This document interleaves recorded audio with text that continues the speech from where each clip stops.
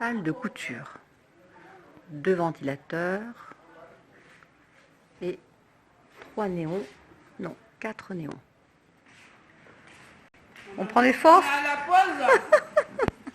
Mais justement, Pause déjeuner. Monique, Mission accomplie. l'internat nettoyé La caméraman. à fond pour l'inauguration. Tout est Très parfait. bien. Monsieur Lavoile, coordinateur, ça a roulé? Oui, ça va. Bon. Ouais. Salé? Prêt? Ouais. Voilà.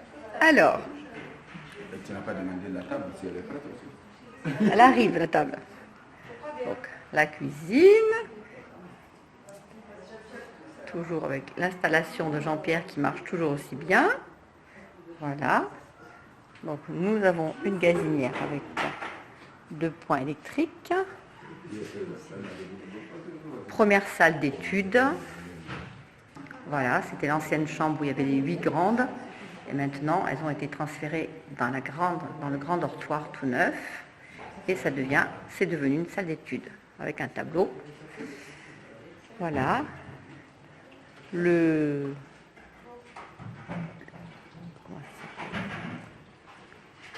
La terrasse est entièrement carrelée.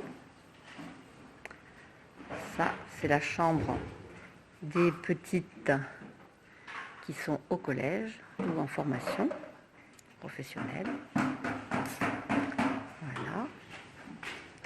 Là, nous avons donc le nouveau dortoir où les 8 grandes étudiantes sont logées.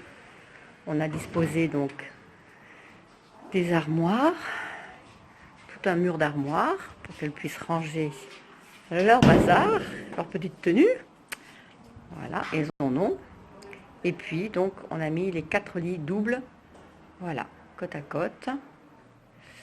Donc, c'est une pièce où il y a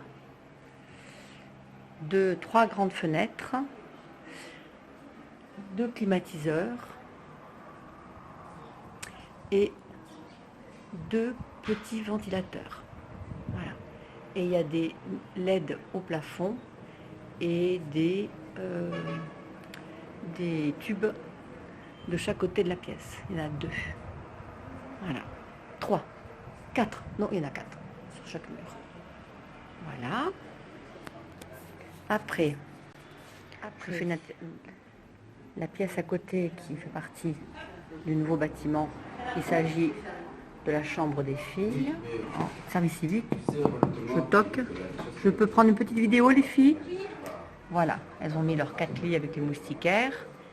Il y a des LED au plafond et 2 ventilateurs également et un climatiseur pour la chambre. Là, il y a 1, 2, là pour le coup, il y a 2 tubes de néon et c'est des, en fait, LED au plafond. Voilà. Alors, on va maintenant monter à l'étage. Voilà. Donc les pavés autobloquants dans la cour sont très mal posés, mais ils ont le mérite d'exister. C'est un peu moins sale que la terre. Voilà. Il y a la dame qui vient de nous livrer, le traiteur qui vient de nous livrer le repas. Bonjour, Amsatou, ça va? Ça va, oui. Et là, je monte à l'étage. Quand on monte là, on tombe sur la maison des garçons à côté, qui font le grand ménage aussi. Voilà, c'est l'occasion de ranger toutes les maisons. Ça, c'est la maison que nous louons pour 10 garçons. Là, on arrive sur une belle terrasse, qui est vraiment, à mon avis, le point le plus sympa d'internat, avec une vue sur la dune, là-haut. Vraiment, c'est chouette. Voilà. Donc là, on va rentrer dans la chambre de nos 4 étudiants, qui ont essayé de mettre un peu d'ordre. Voilà. Donc il y a Omarou, Ismaël, Daouda et Amadou qui sont logés là. Donc ils ont chacun une armoire pour 2 en fait. Et ils ont chacun un bureau aussi. Je vais ranger un petit peu les bureaux parce que du coup, ils n'ont pas mis en ordre. Voilà, donc là, il y a 2 ventilateurs, un climatiseur et 1, 2, 3, 4 néons avec des LED aussi au plafond. On continue, on quitte la chambre des 4 étudiants. Voilà, on passe sur la terrasse et on va dans la grande salle d'études. Voilà, vraiment une grande salle d'études. On a équipé d'un grand tableau qui sert beaucoup. Là, il y a en fait 4 fenêtres, 4 belles fenêtres coulissantes avec 3 ventilateurs et il y a 2 climatiseurs. Voilà. Et puis là on a mis les bureaux provisoires. On essaiera de fixer ces bureaux au mur justement avec un système de fixation où on puisse les rabattre pour pas qu'ils prennent la place. Parce qu'on voudrait que cette pièce soit modulable, qu'elle serve de salle de sensibilisation, qu'elle serve de salle où on peut faire organiser des fêtes, et puis bien sûr au quotidien, de salle d'études. Le soir, il y a des petits groupes qui se mettent pour travailler ensemble, et utiliser le tableau surtout.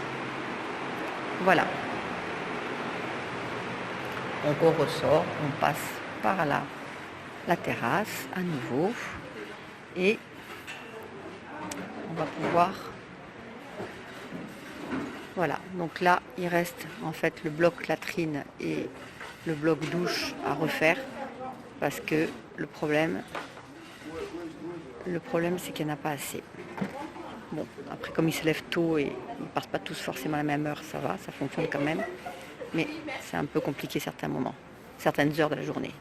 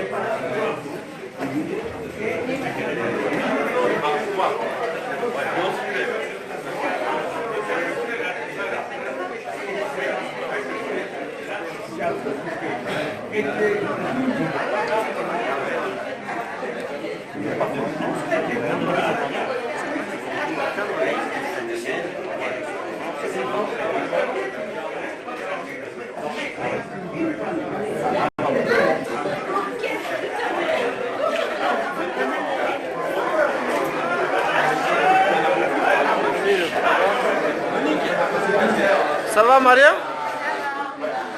Ok, Monique, c'est comment? Ça va bien? Ok, vous trouvez comment? Ah oui, ça se voit. Ok, merci. Je les ai un peu bousculés les gars. Ah oui. On a tout nettoyé aujourd'hui. J'aurais mis la pression moi. Ah oui.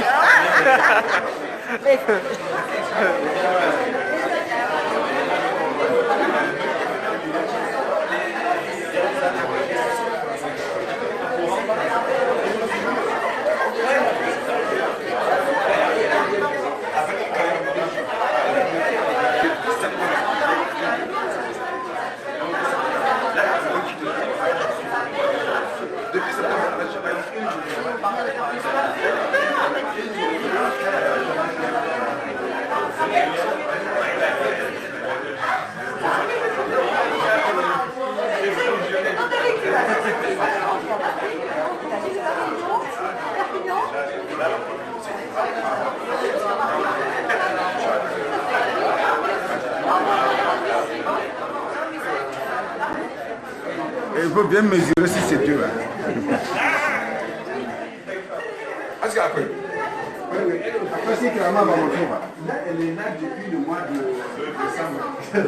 Salut, salut.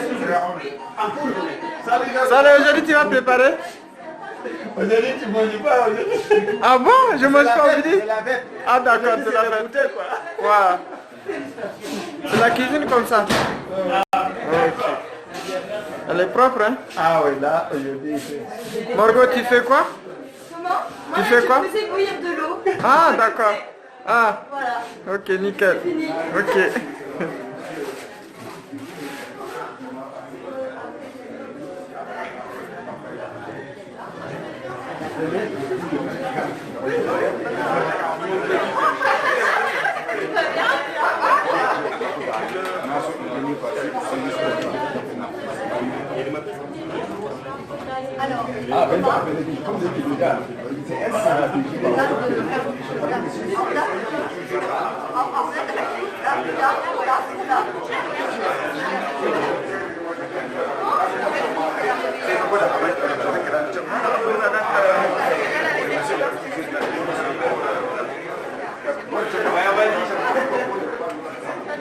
Ah, les deux plus belles. Je vous retrouve encore. Hein?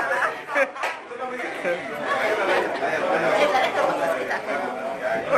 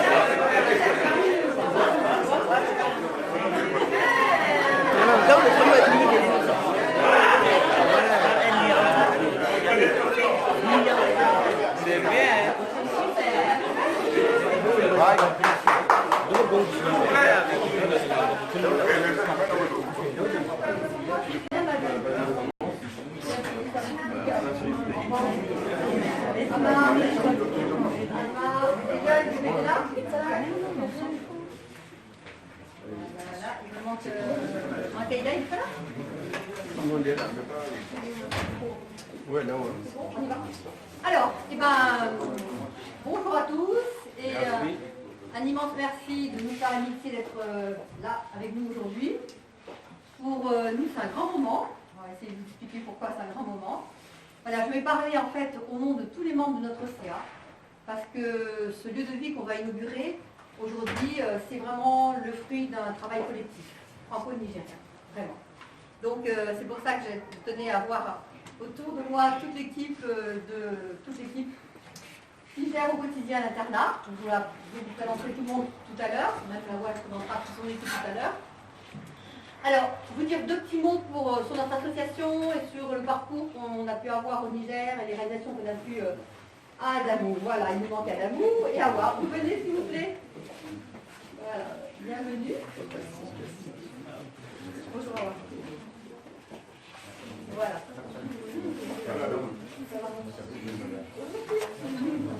Voilà.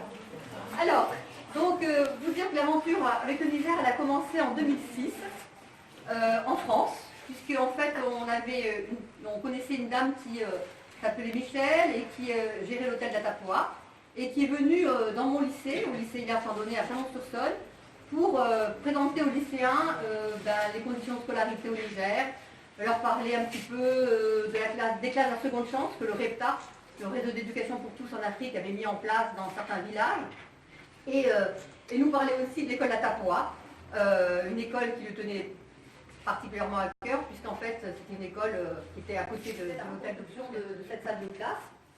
Donc c'est ce qu'on a fait. Voilà, donc ça a commencé un petit peu par la première aide ponctuelle sur l'école d'Atapoa, lorsque Adamou était directeur de cette école, donc c'était en 2007.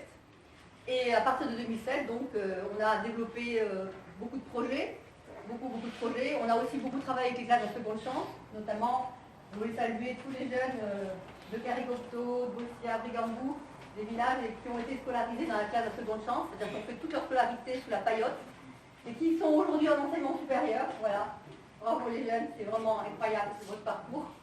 Et voilà, on a commencé à travailler avec ces enfants, avec ces classes.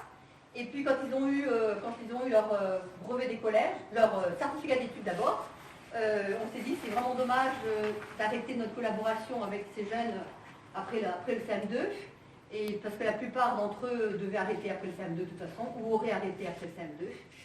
Donc on s'est lancé dans l'aventure du programme de parrainage.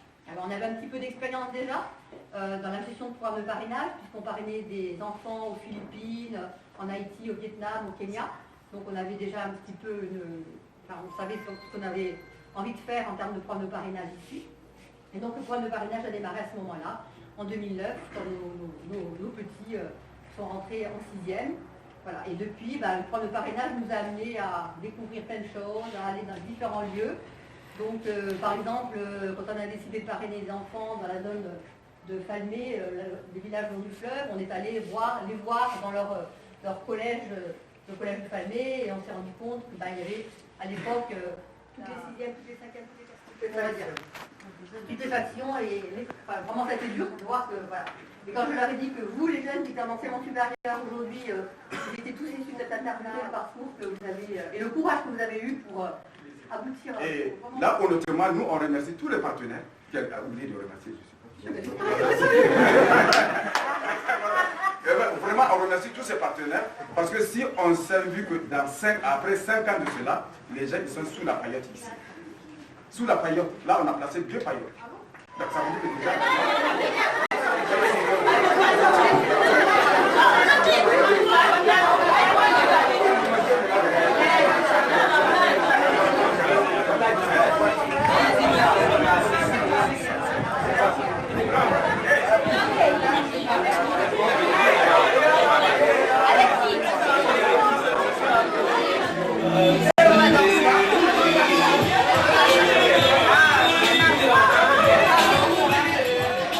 Vidéo du nouveau bâtiment.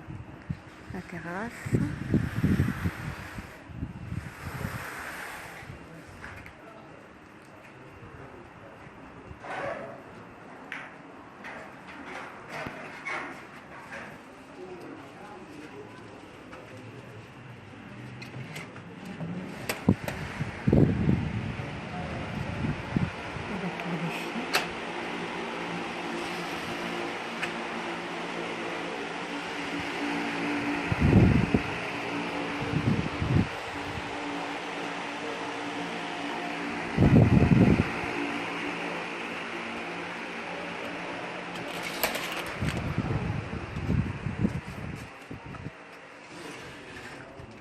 Chambre des filles en service civique, qu'elles dorment, donc je ne rentre pas.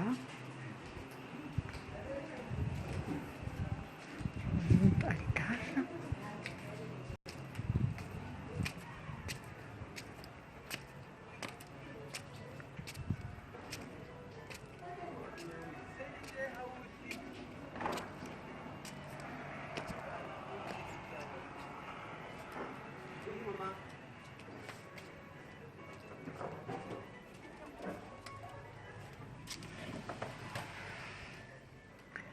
La chambre de nos 4 étudiants.